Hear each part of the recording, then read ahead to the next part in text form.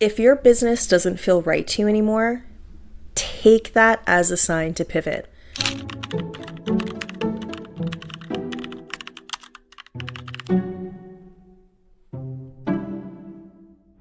For many, many years, I've had that rumbling, that voice inside of my mind that said, there's something else, there's something else, there's something more, there's something else. And I ignored it over and over and over again because for the last 13 years, I've been Melanie Gray, the real estate marketer. That's how people know me, when really the only voice we should ever be listening to is, what do you want? Like the voice that answers that question. What do you want? Like right now in your life, what do you want? Last year, when I gave myself permission to actually answer that question, it was very clear who I had to serve and how I had to pivot in 2025. And so, with that being said, if you're thinking of pivoting right now and you're not sure where to start, here's what I've been doing that's been working really well for me and keeping me out of that mindset of I can't, or is this stupid, or is this crazy? And it's been giving me confidence and clarity. I think that's the most important thing. I think oftentimes we want to pivot, but we're not sure how, and we're not exactly sure to what. So if you're confused about where you're going, like what you should pivot to, this is the perfect place to start, and that is with content. That's exactly what I did when I started pivoting. I started asking myself, and ChatGPT, if you feel comfortable, brainstorming with chat is one of my favorite things to do.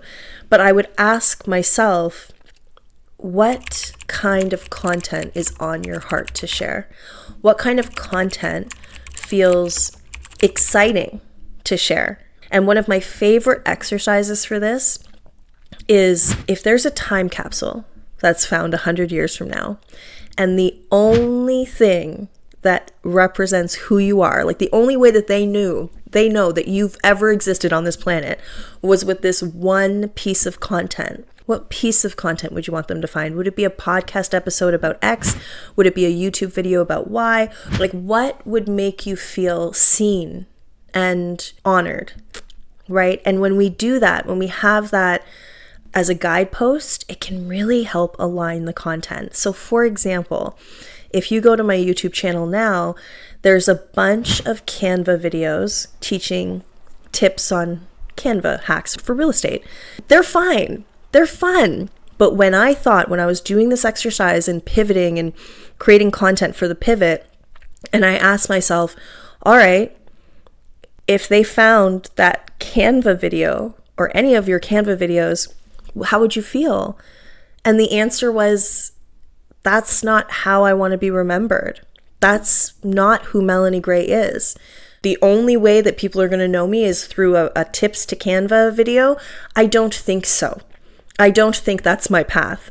And even though I'm good at it, and even though I might still create videos like that, knowing that it wasn't enough, knowing that it wasn't aligned, was exactly where everything started to shift, where it's exactly the clarity I needed to know what direction to go in. So what I did was I started asking myself, what kind of content do I want to share?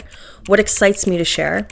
And what pain point does that solve? What problem does that solve in the world? Like, is this something that I can create content around, courses around, memberships around? Is this something I could actually do, right? Long term. And so once I started creating content in that direction and creating content that felt good to me and getting a response with that content, it helped clarify even more. So oftentimes what I think happens is that as entrepreneurs and as business women, we tend to look to what's already working. We tend to look at what other people are doing and asking ourselves, like, kind of finding a version of that for ourselves instead of creating something that's all our own. And I think that when we can get really honest with how we want things to look for ourselves in our own business, that's when we can start creating content that really resonates with the right people. So here's what happened with me. I started creating content that excited me. I started creating content that felt like it resonated with who I am and like what I wanted to share with the world.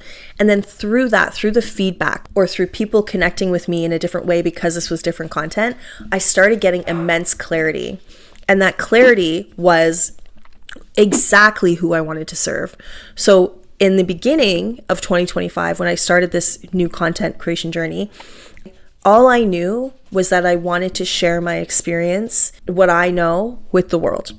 I wanted to share what I know about building a business and a life that's aligned with the world. That's all I knew. That's as far as I took it.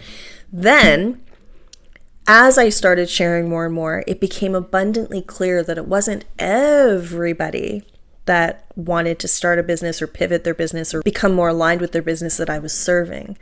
It was people in this stage of their life. So there's such a huge difference between starting over or pivoting when you're in your 40s than when you're in your 20s. When I started this business as a, perky 28-year-old who had abundant energy and could work 14 hours a day, I was willing to go through all of that stuff. I was willing to spend 14 hours behind my computer. I was willing to do the trial and error. I had so much energy and so much fervor and all of that good stuff. When you're in your 40s, it's sort of like this, for me anyway, it's like this, I don't want to do that anymore. I don't want to spend 14 hours behind my computer. I want to take my dogs to the park. I want to go on 4-day weekends and just explore and experience my life.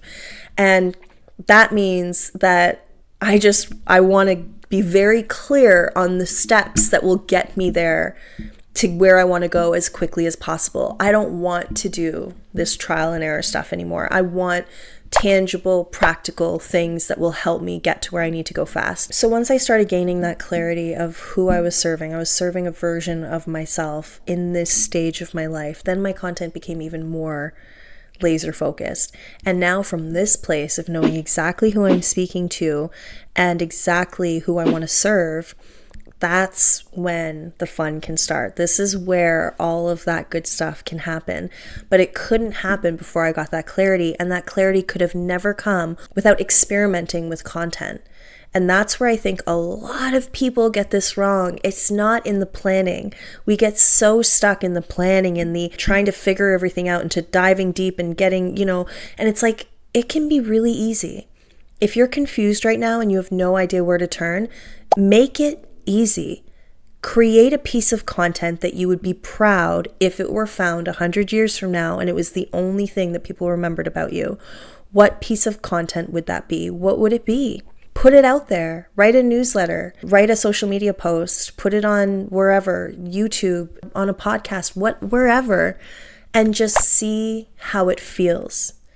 I'm not going to say to measure the engagement because that's crazy. If you have an audience in another industry right now, they might not resonate with it at all. Forget about the kind of reaction you get from it. Think about how it felt to put it out there. Because if there's one thing I know for sure, you will never get that clarity and the confidence to move in the direction of your dreams without the actual doing of it. And so that's my biggest tip. If you're looking to pivot in your 40s, if you're looking to transform, if you're looking to even get into the creative space, start your creative business in your 40s, start with content. And that is it, my friends. Thank you so much for watching In Mel's Mind. If you have any questions about starting or scaling or creating your creative business, just pop them in the comments below. I love answering your questions. I'll speak to you soon.